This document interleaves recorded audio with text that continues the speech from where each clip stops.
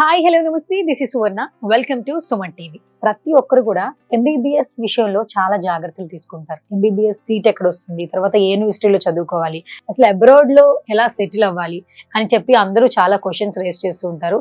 Right no వీటన్నిటి గురించి చాలా చక్కటి సమాధానాలు ఇవ్వడానికి మనతో పాటు స్టూడియోలో ఉన్నారు ఎడ్యు ఎక్స్పో 360 ఫౌండర్ సందీప్ కొనిదల. నమస్తే సందీప్ గారు.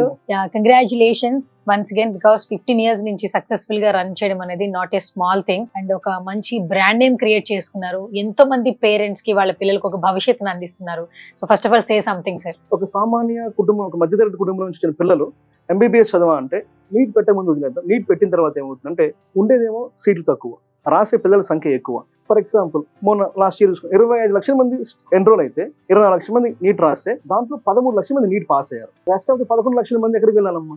వీళ్ళకి ఫారెన్ నుంచి చదువుకోవాలి. చాలా అపోహ ఉంది ఏంటంటే బయట కంట్రీస్లో ఎంబీబీఎస్ చదివితే ఈ డిగ్రీ మన ఇండియాలో డిగ్రీ కంటే తక్కువేమో, ఇది చల్లదేమో అనే అపోహ పేరెంట్స్ లో ఉంది, అలానే స్టూడెంట్స్ లో కూడా. కన్సల్టెన్సీస్ అనేవి ఎక్కువైపోతున్నాయి. సో ప్రతి ఒక్క పేరెంట్ కి స్టూడెంట్ కి ఏంటంటే ఎవరిని నమ్మాలో ఈ కరెంట్ ఏంటంటే తెలియట్లా. ప్రమోషన్ చేసే వాళ్ళని నమ్ముతున్నారు, చేయని వాళ్ళని నమ్ముతున్నారు. అక్కడ ఫిగర్ చూస్తున్నారు, ఎక్కడ తక్కువ ఉంటుందో అక్కడికి వెళ్ళి వాళ్ళని నమ్మడం అనేది మానవ సహజం. ఇలాంటి టైంలో మన కన్సల్టీనే నమ్మాలి, మన కన్సల్టెన్సీ ద్వారానే అప్రోచ్ అవ్వాలి అంటే మీరు వాళ్ళకి ఇచ్చే ట్రస్ట్ ఏంటి? మన కన్సల్టెన్సీ ఎందుకు నమ్మా అంటే EDU Expo 360 అనేది డైరెక్ట్ గా యూనివర్సిటీస్ తో వర్క్ చేస్తుంది. ఏ థర్డ్ పార్టీతో ఎప్పుడు కూడా వర్క్ చేస్తుంది లేదు. రష్యాలో EDU Expo 360 అనే సంస్థ 15 యూనివర్సిటీస్ డైరెక్ట్ గా చేస్తుంది. ఈ యూనివర్సిటీలో కొన్ని యూనివర్సిటీస్ వార్ జోన్ దగ్గరకు ఉన్నాయి. అవి మినహాయం చేస్తే దాదాపు మనం 9 యూనివర్సిటీస్ చేస్తున్నాము, అంటే ఈ వార్ జోన్ దూరంగా. అండ్ మోర్ ఓవర్ రష్యాలో మనం చేసేది కూడా central government universities and top priority universities. And more over మీకు ఇంకో విషయం చెప్పదలుచుకుంది ఏంటంటే రష్యా అనే దేశానికి మన ఇండియన్ మెడికల్ ఆస్పిరెంట్స్ 40 నుంచి వెళ్తున్నారు. రష్యా అనే దేశం కూడా మన జియో పాలిటిక్స్ గా చూసుకున్నా రష్యా అనే దేశం మన ఇండియాకి అత్యంత మిత్ర దేశం. అది గుర్తుంది, మన ఉక్రెయిన్ రష్యా వార్ వల్ల కూడా మనం చాలా కూడా తెచ్చుకున్నాం అక్కడి నుంచి. అండ్ మా ద్వారానే ఎందుకు వెళ్ళాలి అంటే మేము డైరెక్ట్ యూనివర్సిటీస్ చేస్తామని చెప్పాం కదా. మేము అడ్మిషన్స్ తీసుకునే ముందు పేరెంట్స్ అండ్ స్టూడెంట్స్ తో పాటు యూనివర్సిటీ రిప్రజెంటేటివ్స్ అంటే ఏమంటారు, యూనివర్సిటీలో అఫీషియల్స్ ఎవరుతున్నారు, డీన్ కానీ రెక్టర్తో కానీ మేము ఒక జూమ్ మీటింగ్ ఏర్పాటు చేస్తాం. దానికి వస్తే అర్థమైపోతుంది మేము ఫేకా కాదా అనేది. చాలా మంది ఎంబీబీఎస్ అనగానే వేరే వేరే కంట్రీస్ లో చేయాలి అని ఒక ఎంతూజియాజం ఉంటుంది, ఇంటెన్స్ ఉంటుంది. ఫస్ట్ వినిపించేది ఎంబీబీఎస్ అనగానే రష్యా. అక్కడ ఉన్నటువంటి పరిసర ప్రాంతాలని ఇక్కడ ఒకేసారిగా వచ్చిన వాళ్ళు ఎలా మింగిల్ అవుతారు? సో మీరు ఇచ్చే సలహాలు సూచనలు ఏంటి?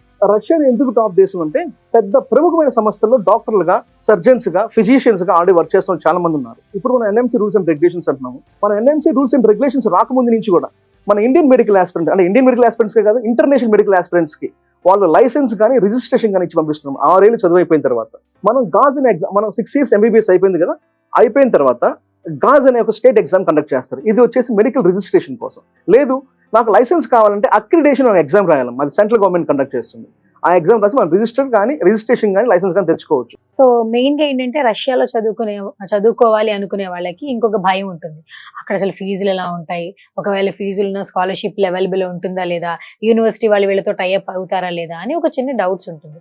సో ఫీజెస్ గురించి కానీ స్కాలర్షిప్స్ గురించి చెప్పాలంటే ఏం చెప్తారు సందీప్? రష్యా గవర్నమెంట్ దాదాపు మెడికల్ సీట్స్ కే కాదు, ఇంజనీరింగ్ వాళ్ళకి కూడా 250 అప్లికేషన్స్ కి ప్రతి ఇయర్ స్కాలర్షిప్ ఇస్తుందమ్మా. రష్యా స్కాలర్షిప్ దొరకడం అనేది అంత ఈజీ ఏం కాదు. నేను 1 year వెయిట్ చేస్తా అంటే మన రష్యా స్కాలర్షిప్ దొరకపోవచ్చు. మనం దాన్ని ఢిల్లీలో అప్లై చేసుకోవాలి, మనం రష్యన్ ఎంబసీకి వెళ్ళాలి. ఆ ప్రాసెస్ అంతా వేరు. ఈ రోజు ఆ పిల్లలకి అంత ఓపిక లేదు. ఇప్పుడు ఫర్ ఎగ్జాంపుల్ నా దగ్గర మీరు కన్సల్ట్ అయ్యారు, మీరు స్టూడెంట్, నాకు స్కాలర్షిప్ కావాలి, మీకు అంత ఎలిజిబిలిటీ ఉంది, మనం అప్లై చేసాము. 1 year మీరు రిజెక్టెడ్, మీరు నన్ను ఏమంటారు, సార్ నన్ను మోసం చేసే అంటారు.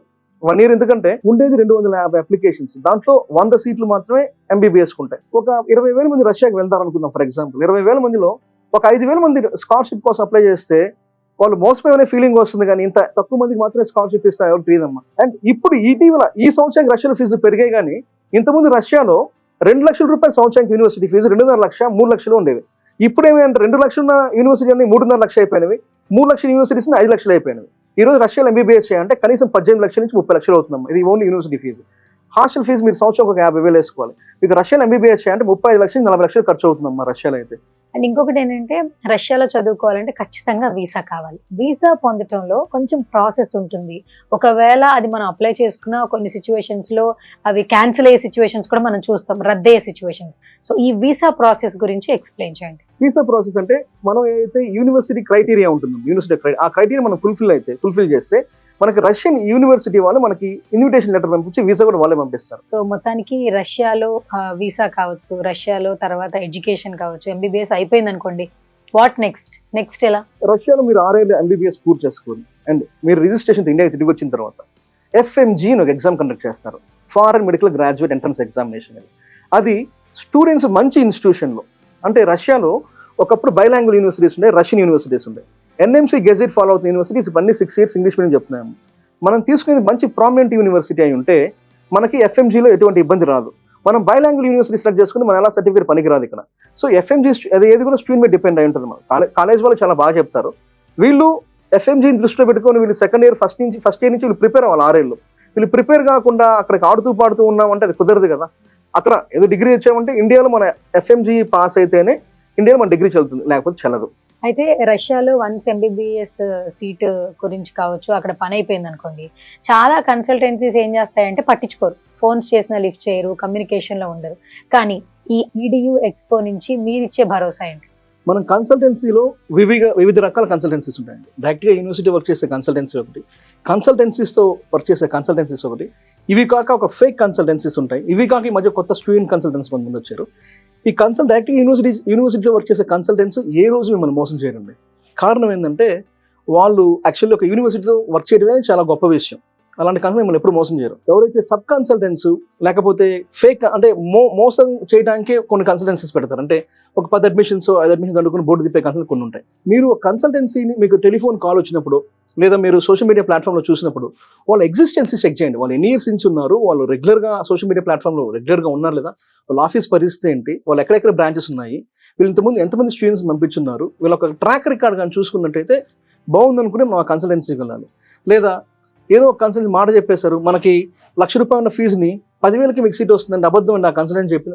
మన పేరెంట్స్ అండ్ స్టూడెంట్స్ కూడా తెలుసుకోవాల్సింది ఏంటంటే నిజమైన యూనివర్సిటీ ఫీజు ఎంత, అక్కడ నిజంగానే మనకి ₹1,00,000 యూనివర్సిటీ ఫీజు 10,000. పేరెంట్స్ యొక్క సైకాలజీ కూడా ఎలా ఉంటుందంటే మా అబ్బాయి మెడిసిన్, మా పాప మెడిసిన్ అయిపోతే బాగుంటుంది, తక్కువ ఖర్చుతో అయిపోవాలి.